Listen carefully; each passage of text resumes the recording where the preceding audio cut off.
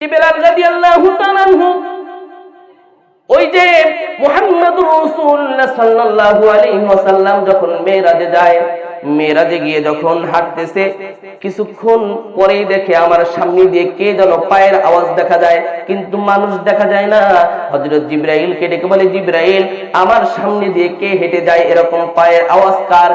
একবার, দুইবার, তিনবার যখন এই শব্দটা বাহির করলেন, জিবরাইল আলাইহিস সালাতু ওয়াস সালাম ডেকে বললেন, ইয়া রাসূলুল্লাহ, হুব্বি ইয়া রাসূলুল্লাহ, এ হলো আপনার গোলাম হযরত বেলাল রাদিয়াল্লাহু তাআলা আনহু।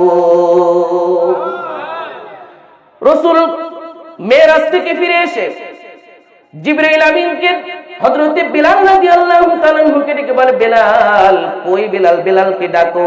বেলাল যখন সামনে আসলো, ডাকে বলে, ও বেলাল, কি এমন তুমি আমল করলা, এমন আমল করলা যে আমলের বিনিময়ে সবার চাইতে আগে তোমার পায়ের আওয়াজটা জান্নাতের মধ্যে আমি শুনতে পাই।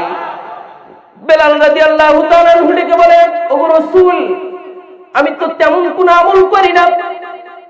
আল্লাহর রাসূল সাল্লাল্লাহু আলাইহি ওয়াসাল্লাম ডেকে বলে, বেলাল, অবশ্যই তুমি কোন আমল করো।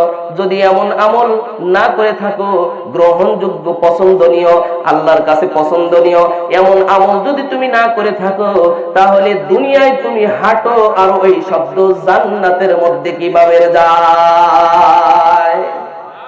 আল্লাহর রাসূলকে ডেকে বলে, ও রাসূল, তেমন কোন আমল করি না, কিন্তু ছোট্ট একটা আমল আমি প্রতিদিন বেঁধে করি। সে আমল হলো, আমি যখন ওযু করি, ওযু করার সাথে সাথে মসজিদের মধ্যে প্রবেশ করে শুকরিয়া তান পবিত্র হয়েছে। এই পবিত্র হওয়ার দরুন শুকরিয়া তান আল্লাহর কাছে মাথা নত করে 2 রাকাত তাহিয়াতুল ওযু নামাজ পড়ে। এর জন্য কি আল্লাহ আমাকে এত দাম দিবে আমি জানি না।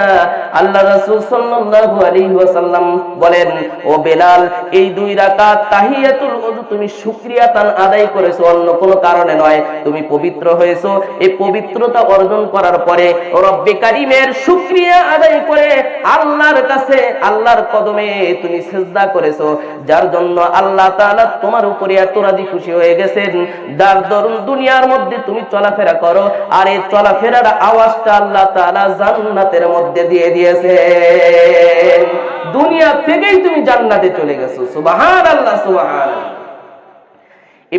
নবীর উম্মতদের যদি এত দাম হয়ে থাকে, ও নবীর কত দাম, নবীর কত দাম, নবীর কেমন দাম, এ সম্পর্কে আমি আজকে বলবো না। নবীর উম্মতদের কত দাম, এগুলো একটু শুনি। যে নবীর উম্মতদের এত দাম হতে পারে, তাহলে ওই নবীর কত দাম হতে পারে? কল্পনা আসবে কি আসবে না? নবীর উম্মতদের যদি এত দাম হয়ে থাকে, নবীর কত দাম, এটা আমি একটু অনুভব করলে আমি বুঝতে পারবো নবীর কত দাম।